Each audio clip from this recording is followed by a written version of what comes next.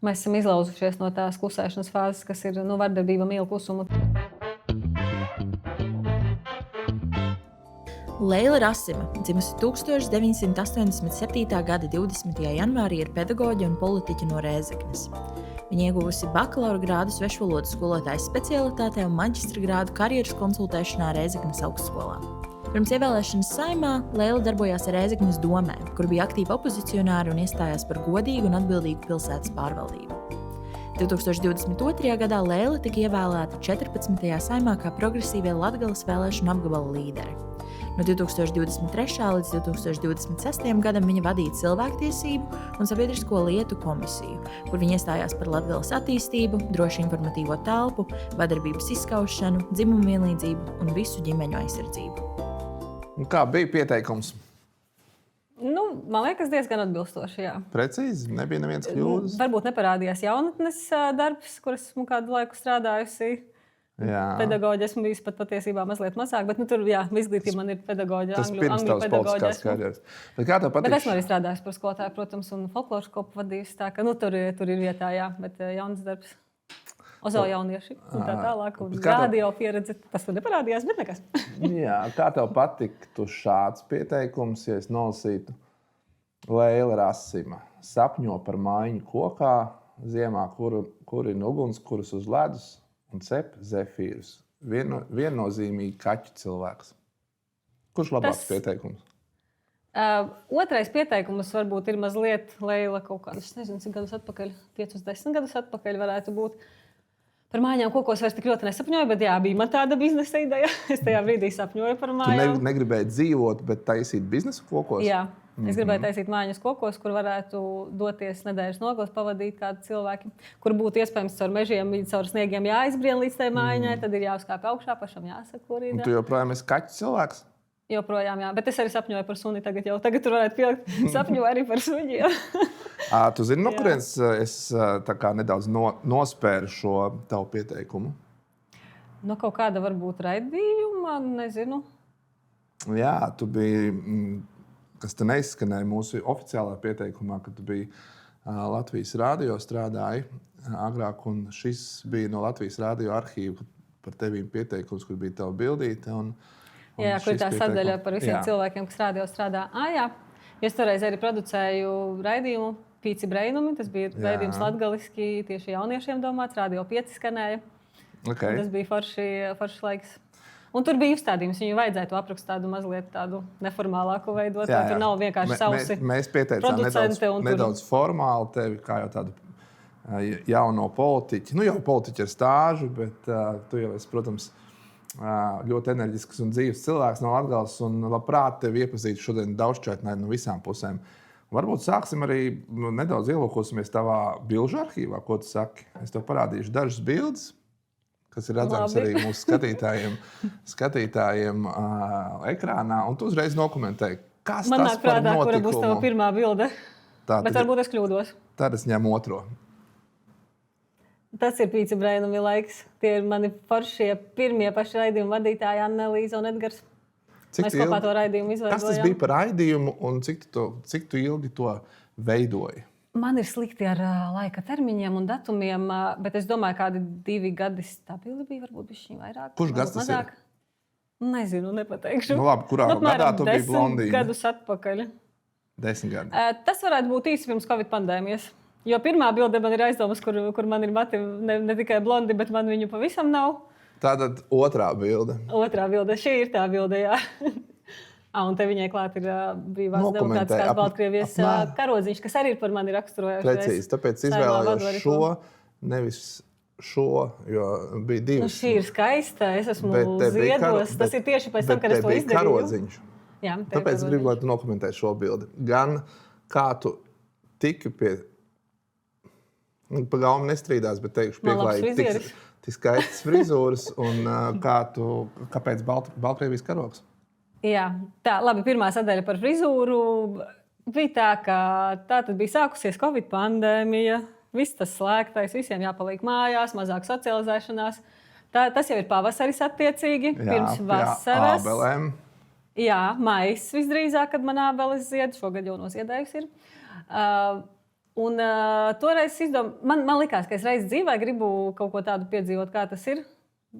Padzīvot bez matiem. Klaus, man bija, man tur tāds īsts ir palicis. Es pilnīgi uz nulīti nenodzīnu, tur kaut kā daži milimetri. Bet jā, es biju tā labā friziera, es pati to izdarīju. Man bija draudzenes līdzi, mēs sākumā uztaisījām bļodu. Man atsūtīja video, kur tev bija bļoda uz galvas no sākuma, bet bildi ar bļodu nogriezt to tādas gan tev nav nekur. Tāpēc, ka mēs neuztaisījām bildes. Bet tur bija pats pirmsākums, kad es sāku kaut ko Instagramā varbūt arī darīt. Ne tā apzināti, bet es izdomāju, ka es uztaisīšu to visu tiešraidē. Vai arī mana draudzene mani paskubināja, kas ir, viņa jau toreiz bija tāda influencera gāja uz to. Un tad es uztaisīju tiešraidē. Un tad tur bija balsojumi, tad mēs bļodu likām un bļoda bija. Izskatījās diezgan stilīgi vispār tā bļoda. Ko lai saka? Ko es atceros no šī visa bija ļoti tāda kaut kāda slikta. Parasti tā mašīna, mēs tik ilgi mocījāmies. Jau sāka satumst beigās, bet es pievarēju to visu. Man šķiet, ka tā ir šādi labāk nekā bija, ne? Bet tu savu sapni piepildīji, tu bišķi pastaigāji ar skūtu galviņu. Jā, es biju pārsteigta, ka man nesala, jo man likās, ka man būs augsti, jo esmu salīgais tips, man vienmēr viss ir augsti. Un man kaut kā nesala, jo laikam tie mati, ka viņi tā bišķi uz augšu stāv, viņi tos jau notur kaut kā tur pret vēju arī aizsargā. Ja man šausmīgi patīk, ka izlien no ezera vasarā esi nopeldējis un nekas nav jādara. Tu uzreiz esi sauss, tev otrādi tu nesalsti, jo, ja slapjiem matiem, tu tā kā salsti vēl kādu laiku. Ja vien nav ļoti karsts laiks. Ja tu nebūtu progresīvā, tad tu ar tādu frizūru tagad varētu veiksmīgi attīstīt politisko karjeru pie Kulberga. Man liekas, tur Kulbergam iepriekšējās vēlēšanās visiem bija jābūt baltiem krakliem, tagad viņiem visiem būs bez matiem. Bet man liekas, pie progresīvām arī iederīgi, jo te ir tādas mums arī drosmīgas sievietes. Un Andris Šuvājovs arī. Jā, varbūt padomāsim, varbūt vajadzētu tev tagad pirmsvēlēšanu laikā kaut kādas pārmaiņas atkal. Jā, bet tas bija interesants laiks, jo sievietei uz tādu soli parakstīties un tad to laiku dzīvot, un tas laiks, kamēr tev viņi sāk atkal attaukt, sākumā tādi īsāki, garāki, viņi tādi dīvaini ir. Bet man liekas, es iznesu tīri to laiku. Viņš man ļoti daudz iedeva kā sievietei. Okay. Trešais. Tev vēl bildes? Par karogu es neizstāstīju, bet esmu par demokrātisku brīvu Baltkrieviju, kas ir arī mums blakus Latvijai kaimiņš. Un, diemžēl pašlaik viņa tāda nav. Tur ir Lukašenko režīms un savukārt ar... Tur ir politiskās aktivitātes vairākas ir bijušas. Jā, mēs uzturam arī saiknes, arī dodos un atbalstu, cik vien varu demokrātiskos spēkus. Un saimā mums ir deputātu grupa, ko es arī izveidoju un daram, ko varam, cenšamies. Labi, aizējām pie trešās bildes. Jā. Atceros šoreiz, tas ir Viļānu mūzikas skolā. Tur bija jubilejas kaut kāds pasākums, un tā ir viena no maniem vīteriem. Tobrīd bija viņa vīteros spēlē Agnese. Čau, Agnese. Kas tas ir par gadu apmēram? Šitādi mati, man laikam, vēl bija vēl pirms blondējiem. Tu sevi atceries pēc frizūrām? Es atceros Covids un pēc Covids un pirms Covids apmēram tā. Okay. Bet jā, tā taisnā čalka man bija tas laiks, tas varētu būt kādi 15 gadi atpakaļ, varbūt, kad es vīturus tur vadīju. Jums mans CV ir, jūs tur varat atrast. Tu joprojām spēlēji kokli, vai tā bija vienai bildei uztaisīja vienkārši tādu kadru? Nē, tur bija arī reāls priekšnesums, tā nebija tikai bilde. Es nezinu, man ir tikai bilde. Mēs spēlējām un mēs dziedājām, un reizē spēlēt un dziedāt nav viegli, ja tu esi iesācējs. Un es koklē esmu iesācējs un nedaru to pietiekami daudz. Un drīzāk tas ir tajā virzienā, kur tu saki, tā bija tāda reize. Varam atnest studijā kokli? Bet es jau no bērna kājas nometnē gāju, un tur mums mācīja tā, ka es kaut ko jūs atnestu, kaut ko es jums nospēlētu arī. Labi, kādu diždanci. Es gribētu, ka tu tā kā izgāzies. Bet labi, šoreiz nepārbaudīsim. Kā nav? Progresīvajiem ir koklis, visi instrumenti ir. Vienkārši nav laika šobrīd. Jā, bet ir mūzikas instruments, kurš man ļoti patīk, kā viņš skan. Man ļoti patīk, ko ar viņu var izdarīt, cik daudz ar koku var izdarīt. Es arī dziedu folkloras kopā Ceideri. Jā. Ir tāda latgaliešu kopa Rīgā, kur visādi latgalieši. Tev arī saknes no Latgales. Tev jānāk pie mums dziedāt. No Balvu puses man ir. Mums ir no visām īstās Latgales. Nosacīt. Mums ir visas puses, jā. Un mēs trešdienu vakaros Rīgā tiekamies. Jā, esmu Rīgā, man tautdēļ ir gājušas nost. Es pat esmu dzirdējis vienu Latvijas rādio interviju ar jūsu bariņu, kur jūs visi stāstat par to savu rīdzinieku latgaliešu dzīvi. Nu, Rīga forši? Rīgā baigi daudz latgaliešu vispār ir. Rīga ir latgaliešu galvaspilsēta. Ir saskaitīts, cik apmēram latgaliešu varētu būt Rīgā? Manā rīcībā nav šādu datu, bet varbūt kaut kur arī ir kaut kas skaitīts. Jo vienā no tajām lielajām tautas skaitīšanām tur bija arī jautājums, cik daudz latgaliešu valodu izmanto. Varbūt tur ir iespēja kaut kā izvilkt par reģioniem un par Rīgu. Manā izpratnē Latgale sākās uzreiz aiz Lielveikala Dola. Tu brauc ārā no Rīgas pie Dolas. Uzreiz sākās Latgale. Es tā jūtos. Un tu zini tādu vietu Kūkas? Jā, protams. Patiesībā tie ir koki. Kūki. Tā arī ir Latgale patiesībā. Kur sākās Latgale? Kur viņa sākās? Tur, kur sākas arī demokrātija un Eiropas Savienība. Tātad, diemžēl, ir tur, kur beidzas pašreiz esošs autoritārisms. Sākas. Okay, tas skaties no tās puses. Es skatos no tās puses, kur viņa sākas. Un grūtāk ir paskaidrot, kur viņa beidzas drīzāk. Jo skaidrs, ka Varakļāna ir Latgale, kaut arī tajā lielajā reformā viņa tagad ir aizgājusi pie Madonas novada. Pilnīgi piekrīt. Varakļonīšiem sveiciens, tur runā latgaliski, Krustpilī runā latgaliski, Jēkabpilī. Es vienmēr saku. Un Rīgā runā latgaliski. Un Liepājā. Jā, labi, Liepāja grūtāk par Latgali. Varbūt to saukt, bet arī tur ir latgalieši. Klau, ja tev jāatved, droši vien, ka tu esi vairākus viesus arī vedus uz Latgali, tādā pirmā vieta, kur tu viesi, varbūt pat ārzemnieku, aizvest uzreiz uz Latgali, parādīt, kas ir Latgala. Tā sirds man saka uz Rāznas ezeru. Okay. Uz to pusi, kur ir tie stāvie krasti. Jā. Un tur ir ļoti skaisti arī saulrietis skaists, un ļoti skaists ir arī mēnesis, ceļš tā kā ir pilnmēnesis. Tu kādās romantiskās attiecībās vēstu kādu. Jā, bet tas ir tad, ja man ir automašīna, kur šobrīd man viņa nav tehniskā stāvoklī. Bet Reizeknē es vestu droši vien uz tām vietām, kas arī sirdī tuvas Gors, Pilskalns. Man ļoti patīk, mums ir tāds Mucu kalns Pleikšņu ciematā. Tur var redzēt smuki Reizekni. Okay. Tur redzēt, sākumā visas tās vasarnīcas, to Daču rajonu, kā mēs saucam. Un tad tālāk, ceļš, ja tur vēl tā ap stūrīti aiziet, tur tagad gan krūmi būtu jāiztīra. Tur redzēt visu baznīcu, Māras pieminekli. Tur ļoti skaists skats pavērās uz Reizekni. Mēs Rīgā atrodamies šodien. Es iztēlojos, tu ļoti skaisti aprakstīji Reizekni un Latgali. Bet tavuprāt, ko īstais rīdzinieks nesaprot par Latgali? Kādi stereotipi? Kas ir stereotipi tādi, kas tev dārdzās? Un tu gribi paskaidrot, kas ir tā īstā Latgale, ko rīdzinieki nesaprot? Man par laimi laikam gadās satikt tādus rīdziniekus, kas tomēr saprot un arī par kultūru daudz ko zina latgaliešu un bijuši Latgalē un ik pa laikam dodas. Bet ko nesaprot? Man tā grūti pieņemt, bet iespējams, ka līdz galam cilvēki nesaprot, cik daudzveidīga ir Latgale. Un viņi redz tikai kaut kādas, divas šķautnes, tur, latvieši, krievi apmēram. Bet Latgale ir daudzveidīgāka. Un tas, kā mēs, cik mēs visi tomēr tur, neskatoties uz to, ka ir visādi cilvēki, protams, kuri domā arī savādāk un iespējams skatās kanālus, kaut kādus tur propagandas un tā tālāk, viņi viennozīmīgi arī ir. Viņi arī Rīgā ir.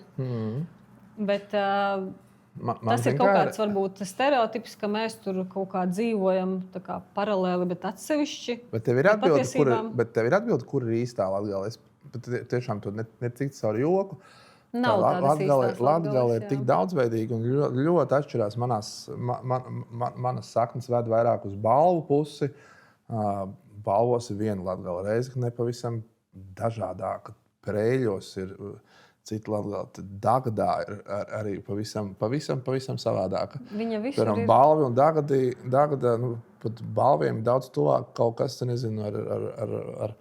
ar Vidzemes pusi dažreiz pat, jā, tur ar Alūksni. Bet kur ir īstā Latgale? Nav tādas vienas īstās nav tādas pareizās latgales, vai nav tādas arī pareizās latgaliešu valodas vienas, ka tur, es paņemtu kaut kādu vienu konkrētu vietu, kur runā, un šī ir pareizā. Jā, es arī to pateikšu, dažus vārdus, ko viens otru latgalietis nesaprot. Tur daži nezinu, kas ir gapeļi, piemēram. Balvos saka gapeļa. Tā, vēlreiz gapeļa? Jā. Pīle tā nav, nekas ir pīle, ka tas nav. Dakšiņa, ar ko cilvēks ēd. Daudz cilvēks. Jā, kā jūs sakat Reizeknē? Ak, Dievs, tagad sajaukt varu. Man ir jāiegūglē, man ir pilnīgs aptvērums. Redzi! Nē, tur ir viens vārds, es pilnīgi zinu. Feikais čangals. Lizēka ir karote. Bet kā bija dakšiņa? Loška mums teica, jā. Bet, Nē, loška ir tāpat ir lizēka. Jā.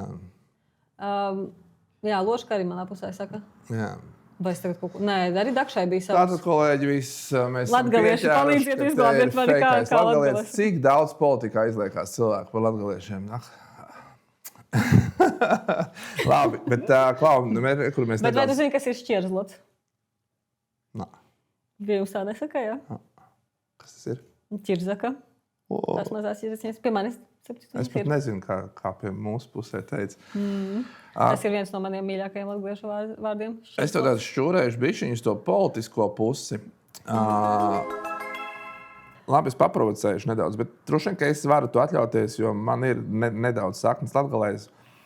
Kas man pašam tracina, es teikšu jūs latgaļi, manuprāt, paši sev bieži vien nenovērtējat un visu laiku tā kā nedaudz čīkstat, kad jūs baigi abižot. Visa Latvija jūs abižo, visa jūs aizmirst, visi jūs darba vietas nav izveidojuši un tā tālāk. Tu nesajūti, ka bišķiņ pa daudz tās abižotības ir? Vai tā abižotība ir pamatota? Viņa ir 50-50, es teiktu tā, jo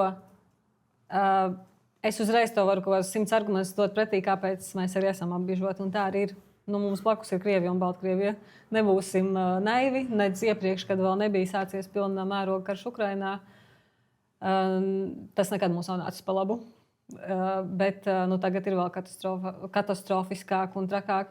Bet es arī esmu jutusies bieži vien arī Saeimā, arī mūsu tajā Latgales apakškomisijas sēdēs, ka tā ir vieta, kur atnākt, visiem kopā pačīkstēt, cik viss slikti, un beigās mēs ne pie kā nenonākam. Precīzi. Un to gan es jūtu, un to tiešām tā arī ir, to daram mēs paši latgalieši. Mēs nevis ejam ar kaut kādiem, nē, mēs arī ejam, nav tā, ka mēs neejam, mēs ejam, tagad mums arī top tāds Austrum Latvijas teritorijas, Austrum Latvijas pierobežas teritorijas attīstības likums jauns, kas arī varēs iedot instrumentus, kā pēc tam Latgalē tieši naudu piesaistīt, arī to, kas tur Eiropas Savienībā būs un tā tieši Eiropas tajā robežai. Bet man ir bijušas reizes, kur man liekas, mēs pārāk daudz gaidām uz citiem, un mēs pārāk daudz tikai kritizējam un čīkstam. Un arī tie, kas ir koalīcijā, kas ilgstoši ir arī bijuši koalīcijā, un tad īsti neizbīda Latgalē nekādas tādas sistemātiskas lietas. Tu arī biji koalīcijā 2 nepilnus gadus. Jā, kaut ko mēs panācām, bet Pasaka, 3 lietas, kas Latgalē mainījās, kad tu biji koalīcijā. Tā, es varu pabeigt savu domu un tad pie 3 lietām atgriezties. Labi, es būšu pilnīgi atklāta. Lielās kaut kādas milzīgas, tur nezinu, sistemātiskas reģionālās nevienlīdzības mazināšanas aktivitātes mēs tādu neizveicām. Okay. Bet, ja mēs tagad pie tiem 3 darbiem, labi, pirmais uzreiz nāk prātā ir tā, kas arī varbūt drusciņi iet tajā tomēr sistemātiskajā iekšā un kas sniedz atbalstu ne tikai visai Latvijai, visiem reģioniem un visiem iedzīvotājiem, bet tieši Latgalei ir mazo vidēju algu, vienkāršiem vārdiem pasakot, mazāki nodokļi un tad vairāk uz rokas paliek maciņos. Tas ir tas, kas Latgalei bija. Jā, labi. Bet viņš tik un tā viņš nav pietiekams.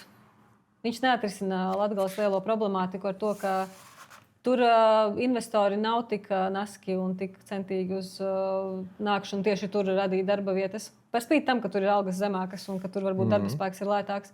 Bet mēs esam tālu no Rīgas, mēs esam tālu no ostām un tā tālāk. Okay. Un arī darba spēks kā tāds, diemžēl, ir ilgstoši veidojusies tas, kā aizplūst cilvēki no Latgales, ir sevišķi tie, kas, nezinu, zinoši, spējīgi un to talantus sākot no Rīgas, beidzot ar Vācijām un Īrijām. Jā, un prieks, ka viņi pēc tam atgriežās, bet jā, trešo darbu es to nenosaucu, bet latgaliešu valodas apmācības varbūt, viņš tāds maziņš, varbūt bija kaut kas lielāks, bet tas man ienāca prātā. Okay. Ka 57 skolās šobrīd māca latgaliešu izglītības iestādēs. Arī pirms skolas tur iekšā ir māca latgaliešu valodu kā fakultatīvu. Okay. Bet manā skatījumā būtu jābūt vispār iekšā programmā, mācību saturā. Lai tas nav tikai fakultatīvs un tikai tām skolām, pašvaldībām, kuras tur latgaliski, ja? Es pareizi saprotu. Ne jau lai citus priekšmetus apgūst latgaliski, bet lai latgaliešu valodu un kultūru skolā var apgūt Latgalē. Un arī Rīgā, kur daudz latgaliešu. Bet, Jā. Klau, zini, ko pilsētā runā? proti ne tikai latgaliešu un latviešu un angļu valodu, bet tu māki arī nedaudz franču valodu. Tā ir taisnība? Un petit peu. Jā, kā tu apgūsi franču valodu? Runājoties ar cilvēkiem, klausoties. Kāpēc to jārunā franču? Bet es viņu neesmu apgūsis, es viņu nezinu. Jā. Ja man kaut kas būtu jāklausās vai jārunā, es Duolingo arī izmantoju. Es nezinu, es drīkstu reklamēt kaut kādus, es nereklamēju. Es viņu vienu laiku izmantoju to aplikāciju. Un tad es iemācījos viņam pateikt, mon ordinateur écrit. Okay. Vai tur le chat noir calme. Tur tādas lietas, kas īsti nevienam nenodara. Jums tulkojums nevajag, vai ne? Kam tu to saki? Es to saku visiem skatītājiem, jo tas ir ļoti svarīgi. Bet pirmā es esmu maldinājusi, jo man nav pelēks dators, man ir savādākā krāsā. Tu saproti, par ko es tagad spiežu?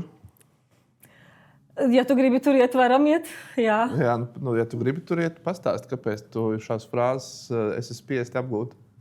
Labi, tie cilvēki, kur es neesmu spiesta, bet man vīrs ir no Francijas, viņš ir francūzis, un viņa vecāki runā angliski, bet ļoti slikti. Bet arī jau ir izgājuši kursus un jau ir uzlabojuši.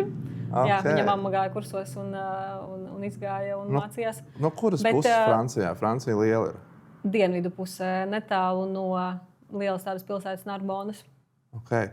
Kā tu šo savu ikdienas dzīvi veido? Tev darbs ir Rīgā, tu katru nedēļu esi sastopama Rēzeknē, pagājušajā nākamā nedēļa būs Rēzeknē. Un tad vēl laiks ir aizbraukt uz Franciju. Cik tu bieži esi Francijā? Kopš esmu saimā, sanāk reize vai 2 reizes gadā tikai, diemžēl, jo mēs bijām koalīcijā ilgu laiku. Mums katra balss bija svarīga, kā tu zini. Mēs nevarējām pat uz nedēļu īsti nekur aizbraukt. Bet puses komisiju vadīju, kas vēl sarežģīja visu. Bet man par laimi ir paveicies ar vīru. Viņš pie manis brauc. Viņš ir kādu laiku atpakaļ mēs fantazējām, ka mēs abi varētu strādāt attālināti. Un mēs varētu vispār ceļot, mēs varētu uztaisīt busiņu un tādu, kur tur viss aprīkots, pat duša tur kaut kāda vai kas tur. Un ka mēs varētu šādi braukāt un strādāt un ceļot, tādu gadu paņemt. To mēs pagaidām esam nolikuši malā, bet es domāju, ka nepavisam varbūt kādā brīdī pēc saimas un pēc aktīvās politikas man vēl šis jaunais sapnis, kas ir šī jaunāks sapnis nekā tas mājas kokos un tā tālāk. Bet tu dzīvosi pēc tam nākotnē Francijā, Rīgā, Latgalē? Es domāju, ka es dzīvošu Latgalē. Es dzīvošu Latvijā, es domāju, ka Latgalē, Rēzeknē. Un franču vīrs piekritīs? Viņam nav variantu citu īsti. Okay. Jā, bet iepriekš bija tā, ka es biju vairāk tā, kas pie viņa varēja atbraukt un kādus laiciņu tur pabūt arī, jo manas darba specifika to ļāva. Šobrīd mēs esam mainītās lomās un šobrīd viņš ir tas, kurš ņem līdzi savu datoru, savus pričendāļus, brauc uz šejieni, paliek šeit vairākus mēnešus. Ko tur liekties? Pat progresīvajos šo šķautni, tavējot, tu esi tā rūpīgi, nezinu vai apzināti, bet rūpīgi izdevies salīdzinoši noslēpt. Vari nedaudz pastāstīt, kā jūs iepazināties un cik ilgi jūs esat apmēram kopā? Tā, mēs tas ir tā kā romans, tā kā mēs varētu iztēloties, kā ar francūzi varētu iepazīties, vai tas tomēr notika internetā? Jāsaka, paldies jaunas darbam. Es ar jauniešiem strādāju, un bija viens tāds, jāsaka, tagad jau liktenīgais brauciens, kur mēs devāmies projektā. Viņš vada savus jauniešus, es vadu savus jauniešus. Okay. Un, tas bija tur daļēji Vācija, daļēji pirms Covid vai pēc Covid? Tev dzīve ir tikai, cik sapratu, pirms Covid un pēc Covid. Tu tā iedali. Pirms Covid, jā, jo mēs esam 10+ gadus jau kopā. Vairāk. Okay. Šīs ir manas ilgākās attiecības mūžā. Un visforšākās attiecības mūžā, jā. Ko viņš nodarbojās? Protams, nav viegli tajā brīdī, kad ir gan tas attālinātais faktors. Sākotnēji, protams, tas tā nebija plānots, bet, kā jau mīlestībā gadās, jūtas dzimst un rodas un ne visu tu vari saplānot. Pāri robežām. Bet redz, kā tagad jau... Viņš joprojām strādā ar jauniešiem vai? Vairs nē, jā. Bet viņš ļoti ilgu laiku strādā ar jauniešiem. Ko viņš profesionāli dara šobrīd? Arī politikā? Nē, nav politikā. Viņš ir tādā vienā nelielā uzņēmumā, kas nodarbojas ar, es domāju, kā to latviski labāk izskaidrot, apmāca vai organizē apmācības citiem kaut kādiem uzņēmumiem vai grupām uzņēmumos, vai veido kaut kādu pat saturu. Tur, piemēram, viņam tur vajadzēja Francijas lielākajai tā kā mūsu, nezinu, tur būtu sadales tīkls vai Latvijas Energo, ja? Viņiem vajadzēja taisīt tādas apmācības, kā tur vienu detaļu nomainīt visos tajos, nezinu, tur stabos, bet tajos skapjos kaut kādos elektrības. Bet viņš arī pats māca apmācības, jo viņš tur māca, kā veidot prezentācijas PowerPointā, gan kā prezentēt. Tagad par mākslīgo intelektu viņš tur sāk arī apmācīt dažādus uzņēmumus. Nu, ļoti dažādi. Tādas apmācības. Bet es vēl arī kaut kāds paralēls ar tavu arī profesionālo dzīvi. Tu esi agrā jaunībā bijusi arī konsultanti, bet tāda vairāk karjeras konsultanti, vai ne? Tā ir mana izglītība, bet īsti kā konsultante es neesmu strādājusi. Bet tā izglītība man ļoti noderēja jaunas darbā, jo patiesībā tas ir kaut kā ne tā pavisam pilnīgi tieši saistīts, bet jā, ar jauniešiem arī. Tad es esmu tur arī par karjeras izvēlēm runājusi. Arī par pastāst man pakonsultē. Es jau kādu otro gadu man ir tā, ka es pirmdienās mostos un domāju, ka sākusies jauna nedēļa, atkal jāiet uz darbu. Tad droši vien, ka tā nav, tāpēc, ka tu dari lietas, kas tev ļoti, ļoti patīk.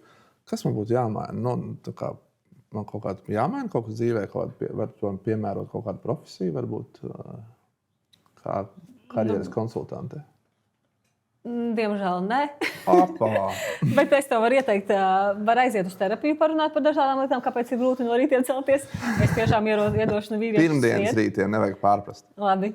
Tad otrs jautājums, cik tev tā problēma ir liela vispār. Un es jau zinu, ka tu esi arī uzņēmēja darbībā, un tur tu vari realizēt savas trakās idejas, un tur tev nav vienkārši tur. Pirmdienas, otrdienas, trešdienas rīti, un tu esi... Bišķi pamanījos. Tur viss tas skrējiens. Es domāju, tev man nekas nav jāiesaka, un es arī neņemšu šādu lomu uzņemties. Pa franču valodu es tev iztirzīju, bet vēl pilsētā runā, ka tu šoreiz, ja salīdzini ar to, kādu tu pirms 4 gadiem, pirms iepriekšējām Saeimas vēlēšanām, ka tu ilgi salīdzinoši domāji, vai tomēr kandidēt uz vēlēšanām vai nekandidēt. Šobrīd tu esi izšķirusies, ka jā, tu kandidēsi. Bet vari man atklāt lielāku argumentu, kas tev mocīja un domāja tādu pret? Mani fascinē tavs pilsētā runā. Es ceru, ka pilsētā visā nerunā tik sīki par kaut ko. Bet man es domāju, ka šobrīd ir. Tavā tuvākajā apkaimē tavā varbūt jārunā. Man bija kādu laiku pārdomas. Es teiktu, pēdējā gada laikā jau vairs īsti ne, jau mazākas, bet pirms tam man tiešām bija tādas pārdomas, vai tas viss, ko es tad daru, un cik daudz tas paņem arī no ģimenes, jo dēls man joprojām ir Reizeknē, viņš tur mācās. Šogad pabeidz vidusskolu, un viss veiksmīgi. Man liels lepnums par viņu. Un tūlīt uzsāks arī valsts aizsardzības dienestu. Gadu veltīšu šim, un tad tālāk vēl jādomā, ko viņš tālāk darīs. Viņam vēl priekšā tās izvēles. Bet tas tiešām paņem daudz, un būt Rīgā, būt Reizeknē, un būt tik plaši, tik daudz ir dažādas lietas, par ko ir jādomā. Tas ir paņēmis daudz. Un tad ir tie visādi momenti, kas ir bijuši arī Saeimā. Piemēram, tas moments, kad bija Stambulas konvencijas denonsēšana, mēģinājums viņu denoncēt, viņš bija ļoti sāpīgs man, un viņš man lika apšaubīt, vai šim vispār kāda jēga, ka es tā esmu, ja mums tāpat esot koalīcijā kaut kādas šādas pamata lietas, pamata kaut kādas cilvēktiesības, ko mēs arī esam izcīnījuši, ka viņas arī tiek. Paldies par godīgu atbildi. Jā. Bet ne tikai tur, tas arī ir ikdienas darbā jūtams, kad ir kaut kādi cilvēki, kas vienkārši grib taisīt politiku, nevis reāli strādāt cilvēku labā un darīt lietas, lai tas uzlabotu citiem dzīves, bet viņi vienkārši domā par reitingiem, kaut kādu popularitāti un kas šajā brīdī, kā šis izskatīsies, nevis kā tas ir. Un, tagad jau... Bet prieks, ka tu tam tiki pāri. Es atradu atkal to jēgu, es atradu motivāciju. Sapratu motivāciju. Stambulas konvenciju arī par laimi izdevās nosargāt. Klausies, tu ilgstoši arī biji cilvēktiesību sabiedrisko lietu komisijas vadītāja, vai ne? Praktiski, var teikt, līdz šim mirklim. Tikko nomainījās. Jā, 2 gadi apmēram. Te gan droši vien, ka tu vadīji, tev bija ikdienā ļoti daudz jautājumu, ko tu skatīji, sākot ar sabiedriskiem mēdījiem. Tu pieminēji pat Stambulas konvenciju un tā tālāk. Tu vari pateikt, kas te, tavuprāt, viena, varbūt pāris lietas, kas izdevās tavā vadībā veidot kaut kādas pārmaiņas šajā sasaukumā Saeimā? Pirmais nāk prātā visi pretvardarbības pasākumi. Tas ir ne tikai tajā pretvardarbības konvencijas kontekstā, Un vispār, mums ir tagad tāds arī lielais pretvardarbības plāns, kas iepriekš nav bijis, kur ir vairākas ministrijas pie tā strādājušas. Tas mums izdevies panākt, un tur ir konkrētas lietas, un daļa no viņām jau ir realizētas, daļa ir vēl procesā. Vispār šajā sasaukumā par vardarbību ļoti kā tādu tika aktualizēts jautājums. Tas ir paldies gan sabiedrībai, gan mēdījiem, sabiedriskiem mēdījiem, gan jums Saeimā. Šis jautājums tika par to bija neērti runāt iepriekš. Tāda sajūta, ka šobrīd arī pati sabiedrība sāk atklātāk par to runāt un beidz kautrēties par to runāt. Un noteikti konkrētas arī rīcības. Ja? Mēs esam izlauzušies no tās klusēšanas fāzes, kas ir vardarbība, mīlu klusumu tiešām. Un iepriekš arī dažādas praktiskās lietas saistībā ar uzraudzību, ka mums tagad ir tās aproces vai apkājas, vai kā viņas nezinu pareizi nosaukt par tuvošanās aizliegumiem. Un kad arī policija un visas iestādes daudz nopietnāk uztver dažādas par stalkošanu, vajāšanu lietas. Arī draudi tiek uztverti daudz nopietnāk. Mēs arī administratīvu atbildību esam panākuši par naida runu, par draudiem. Tā ka tas arī ir no svara. Bet vēl viena lieta, kas konkrēta viņa par to, ka skolotāji, treneri, pulciņu vadītāji un tā tālāk, tie, kas strādā ar bērniem un jauniešiem, ka viņi nevarēs vairs veidot seksuālas attiecības ar tiem bērniem, kas ir viņu atbildībā tajā brīdī, kad viņi strādā. Līdz šim, diemžēl, bet šāda, tā kā var teikt, nebija tāda aizlieguma. Jo 16 gadi Latvijā skaitās piekrišanas vecums. Viņš tika noteikts ar mērķi, lai nebūtu problēmas tur, kad 18-gadīgs ar 16-17-gadīgu jaunieti veido attiecības un uzsāk ar intīmas attiecības. Bet, diemžēl, mēs redzam, ka dažreiz 35-gadīgi vīrieši, skolotāji vai kaut kādi pulciņu vadītāji viņam ievilina, jo tagad ir arī šis termins, to mēs arī esam panākuši, ir termins ievilināšana, kas ir tāda mērķtiecīga. Nepilngadīgu pārsvarā, bet, protams, arī pilngadīgos var ievilināt, ka tu viņu pamazām iedraudzējies, ar viņu iegūsti uzticību. Šobrīd tas viss ir sakārtots likumiskā bāzē. Ja? Jā, tagad mēs to panāksim. Tas vairs nebūs. Tad, daži saka, mīlestība gaida. Šajā gadījumā, lai mīlestība pagaida. Ja tur ir tā lielā mīlestība, pagaidi, kad pabeigs skolu un tad veido attiecības. Okay.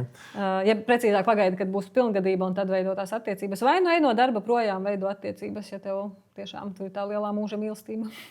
Lēla, man jāuzprasa ir, cik tev pašai šis jautājums ir bijis kā jaunai meitenei, agrāk tagad jaunai sievietei aktuāls, cik tu esi gājis tam visam cauri, vai tu vienkārši šobrīd kā politiķi profesionāli šo skaties, vai tev ir kaut kāda arī savas personiskās pieredzes, kāpēc tu šim jautājumam tik īpaši esi veltījis uzmanību?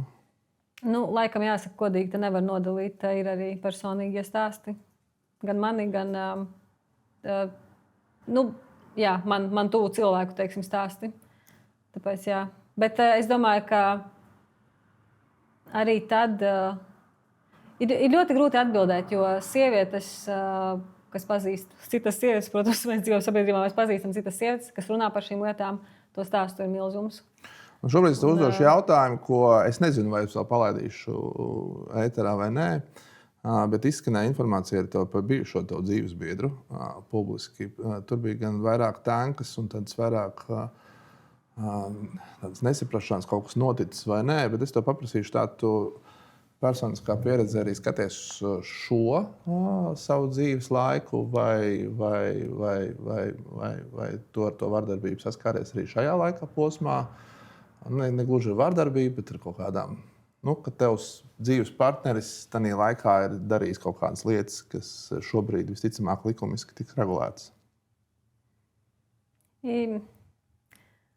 Šo es uzzināju nesen, ļoti novēloti, bet jā, tur tas ir bijis, tās nav tankas, tā viss ir patiesība.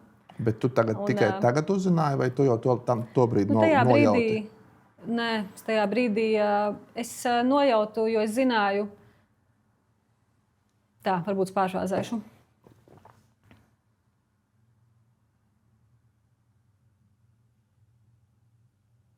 Es domāju, kā labāk šo visu pasniegt. Tev vajadzēs izgriezt tos momentiņus. Tā.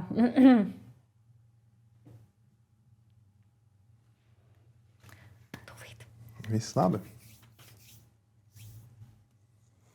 Varbūt nebūs. Pagaid, tūlīt, es pateikšu, jā. Nu, toreiz bija viens moments attiecībās, ka es zināju, ka viņš sarakstās ar citām meitenēm. Tās nebija...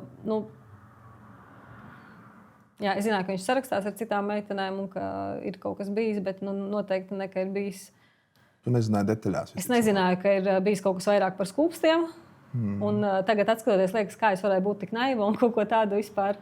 Jā, bet es biju tā kā hakeris atklājusi, paroles savadījusi, es varēju redzēt viņa sarakstus, un es biju atklājusi to visu toreiz. Bet tālāk es laikam, es ļoti mīlēju to cilvēku to brīdi. Un es viņam uzticējos pēc tam.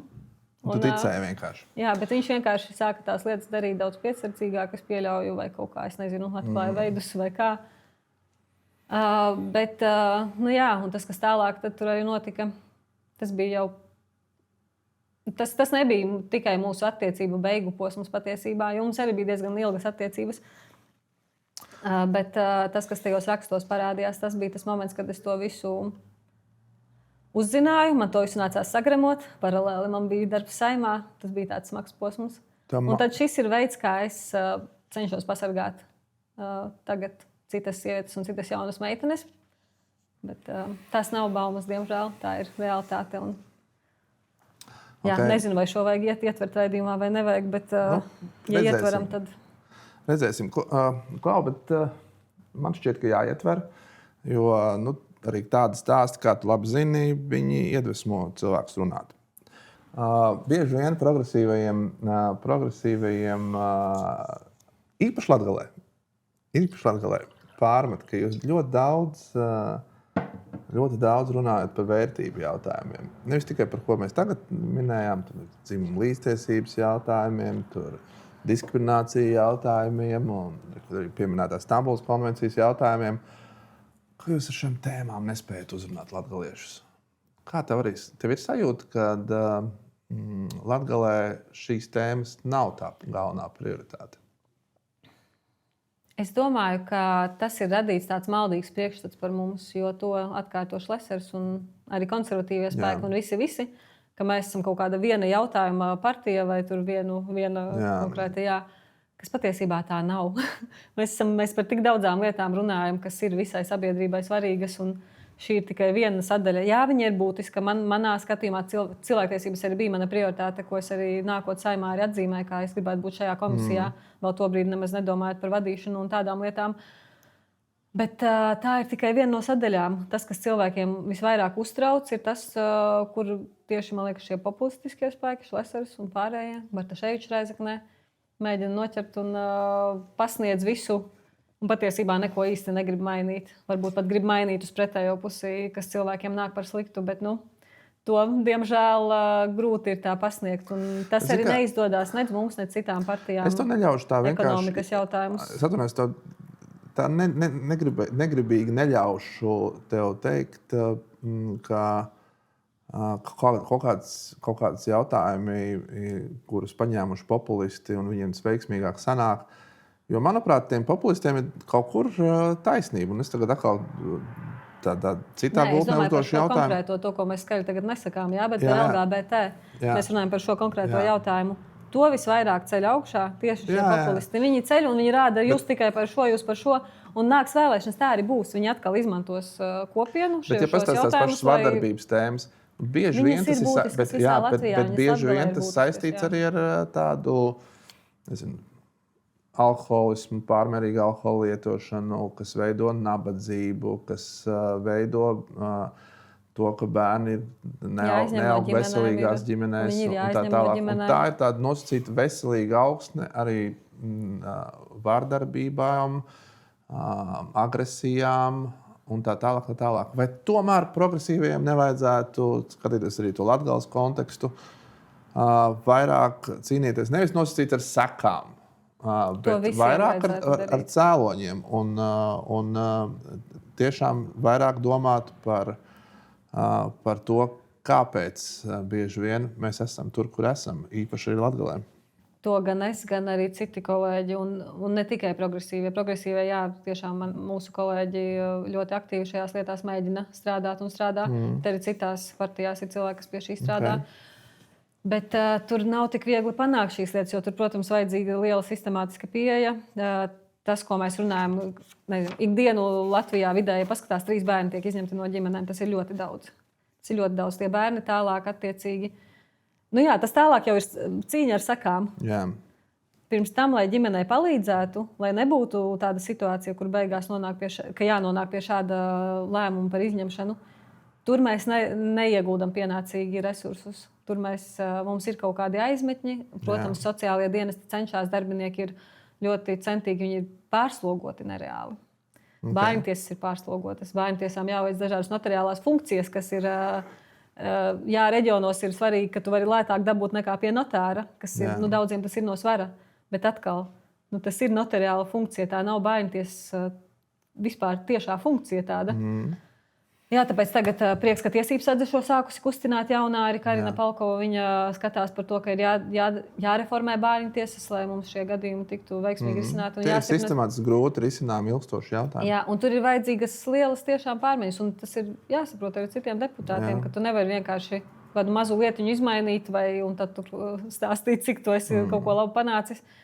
Tur ir pamatīgs tas, tur ir ļoti liels darbs vajadzīgs, un diemžēl tur populistiem apņemšanās ir īsa, runās vārdos daudz, viss ir par bērnu tiesībām, viss ir par ģimenēm, par ģimeņu aizsardzību, bet tajā brīdī, kad nonāk pie reāliem darbiem un cik daudz tur jādara smaga darba, lai to panāktu, tur tas saraksts ir Nezinu, vai tu pamanīji, tu kaut kādā mūsu sarunas laikā pieminēji vienu vārdu uzvārdu, jau bijušo Rēzeknes mēru Bartaševiču, un vērojot tavas aktivitātes tādā ilgstošākā laikā, tu biji ļoti, ļoti viena no skaļākajām Latvijas balsīm tieši no Rēzeknes, kas nāk tādā cīņā pret Bartaševiču. Tur arī bija Rēzeknes domas deputāte, kad viņš bija mērs. Iedomājies tādu situāciju šobrīd. Es nezinu, vai tāda ir bijusi. Ļoti iespējams, ka bijusi. Bet tu šobrīd uz ielas ietu vakarā mājās un uz 2 minūtēm satiktu Bartaševiču, un jūs apstātos viens otram pretī. Ko tu viņam teiktu šobrīd? Es tomēr ietu garām. Es negribētu ar viņu runāt un apstāties ar viņu runāt. Jo es nedomāju, ka viņu var pārliecināt. Viņš iet ar vienu konkrētu mērķi. Viņš grib saglabāt varu, viņš grib palikt pie varas, viņš tagad grib Saeimā tikt. Jebkas, ko es viņam teikšu, ko es varu viņam pateikt, ka man nepatīk tas, ko tu darīji. Tam nebūs nekādas ietekmes. Okay. Es varu runāt, varbūt tas, ko varbūt varētu darīt un ko vajadzētu vairāk darīt, ir runāt ar kaut kādiem citiem cilvēkiem, kas ir tur viņa tajā tuvākajā lokā. Bet tas arī, es domāju, visdrīzāk ir bezjēdzīgi. Labi, rekrutē laiks pirmajai prognozei. Bartaševičs kandidēs, tu pat teici, Saeimas vēlēšanām. Es diezgan pārliecinoši neliekuļošu, visticamāk viņi ievēlēs. Saeimā viņš kandidē no Šlesera partijas, no kurienes gan citur, no Šlesera partijas. Izsaka savu prognozi. Tātad 4 gadu laikā viņam nākamā Saeima prasīs noņemt imunitāti, kas nozīmē, ka visticamāk viņam tiks uzrādītas apsūdzības un viņam būs jāiet tiesas priekšā. 4 gadu laikā viņam būs ceļš uz tiesības. Es nevaru tā uz visiem 100% teikt, bet man ir sajūta, un man liekas, ka noteikti būs ņemot vērā, kas vēl pēdējā laikā ir nācis gaismā. Es domāju, ka viennozīmīgi. Es domāju, ka viņš, tā kā tu saki, viņu ievēlēs gandrīz pavisam droši. Viņš strādās Saeimā kādu laiku, bet tad es domāju, ir gandrīz arī tikpat droši gandrīz ir, ka viņš vairs nestrādās Saeimā. Tajā nākamajā sasaukumā, ka viņš pilnu sasaukumu nemaz nenostrādās. Okay. Bet jā, man ļoti žēl, ka cilvēki par viņu vēlēs un viņu ievēlēs. Tā ir varbūt arī viena lieta, ko rīdzinieki varbūt nesaprot. Es joprojām no daudziem dzirdu, kā tas var būt, ka viņu atkal ievēlē. Tu paskaidro mums rīdziniekiem. Sarežģīti paskaidrot, bet tā ir. Viņš ir harizmātiska personība un daļai tā vēlētāja gribas tādu personību, harizmātisku vienu konkrētu, kurš cīnās par viņu tiesībām, kas aizstāv viņu tiesības. Vai tas tā patiesībā ir? Nav. Tas tā nav. Bet tā viņš viņu pasniedz. Viņam izdodas pārliecināt. Parunāsim vēl par citiem politiķiem. Vai kāds cits politiķis no citas partijas, kuru tu kaut kādā ziņā patiesi cieni? Un kāpēc tas nav Juris Viļņums? Jā, Viļņums man noteikti neienāktu prātā, jo Stambulas konvencijas tieši kontekstā. Jā, jo viņš beigās nemaz nebalsoja, kas man liekas ir vēl sliktāk. Un no Viļņuma arī vispār kopumā man gribētos vairāk darbu un mazāk runu. Tas tā. Labi. Pilnīgi atklāti runājot. Bet deputāts, ko es ļoti cienu. Jā, kurš nav progresīvais. Politiķis. Pirmā, kas man ienāca prātā, ir Anna Rancāne. Tā ir mūsu arī Latgales kultūras cilvēks. Un, viņa gan ir, protams, lielā frakcijā, kur viņa nevar vienmēr visu ietekmēt, bet viņa iedziļinās jautājumos. Viņa strādā aktīvi komisijās. Jā, viņa pārāk maz, es viņai esmu teikusi, tev jāiet biežāk tribīnē, debatēt, stāstīt savu viedokli. Viņa vispār viena no mazāk runātājiem. Man liekas, dažos sasaukumos pat neuzkāpst uz tribīnes. Viņa jau ir bijusi vairākas reizes, bet kādu laiku bija tiešām tā, ka bija bezmaz vai 3 gadi jau, vai kaut kādi 2 gadi, un viņa vēl nebija gājusi runāt tribīnē. Viņa iet un ziņo par kaut kādām lietām, par komisiju darbu, bet ziņojums ir bišķiņ cita lieta. Bet jā, Annu Rancāni es ļoti cienu kā cilvēku un kā deputāti arī, jo jā, man liekas, viņa savu darbu veids pēc labākās apziņas, kā mēs arī visi esam zvērējuši. Par citiem deputātiem no citām partijām man to tā grūti teikt. Bet ir arī citi. Man nāk prātā arī Zānes Kuiņa, Rubene, ar ko mums arī ir dažādas lietas tur saistībā ar cilvēkiem, ar piekļūstamību, ar skolām. Dažādas lietas mēs esam kustinājuši kopā. Noslēgumā es gribu uzprasīt tev tādu jautājumu. Ja tev būtu iespēja nosūtīt šobrīd vienu īsziņu visiem Latgales jauniešiem, kuri šajā mirklī domā braukt vai nebraukt prom no Latgales, no Latvijas, ko tu viņiem uzrakstītu? Vienu īsziņu, tā tad īsi. Jā. Labi, es ātri apsmaziņošu. Es pirmkārt neteiktu viņiem obligāti palieciet, vai te nesolītu kaut kādus zelta kalnus, bet es teiktu, klausiet savai sirdsbalsī, dodieties, ja jūs esat izlēmuši, dodieties uz Rīgu, uz ārzemēm, iegūstiet zināšanas, un pēc tam brauciet atpakaļ un celsim Latgali kopā. Un es redzu arī pārmaiņas Latgalē ir, cilvēki Latgalē dzīvo kopumā labāk, bet tagad man ik pa laikam ir tās bažas, ņemot vērā, kas pasaulē notiek, un arī benzīna cenas un pārtikas cenas un visu, man liekas, ir arī atkritieni. Tāpēc tas nav tik droši. Man ir arī tāda piesardzība, un man ir bišķiņ bažas par to, kā mums Latgalē tieši ies uz priekšu. Bet kopumā man ir sajūta, ka Latgalē ir skaistas saulainas dienas priekšā ar vien labākas. Un sevišķi, ja mēs tie cilvēki, kas ir aktīvi, kas ir gatavi darīt daudz un dažādās jomās, ja mēs nāksim un darīsim, man ir sajūta, ka mēs panāksim daudz labu lietu.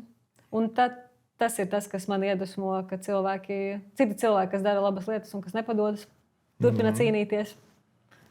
Paldies tev par sarunu. Paldies arī tev. Paldies, ka pieslēdzies raidījumam Prognoze. Ja vēlaties vairāk šādu sarunu, atzīmē ar patīk, dalies ar epizodu un abonē. Tiekamies nākamreiz.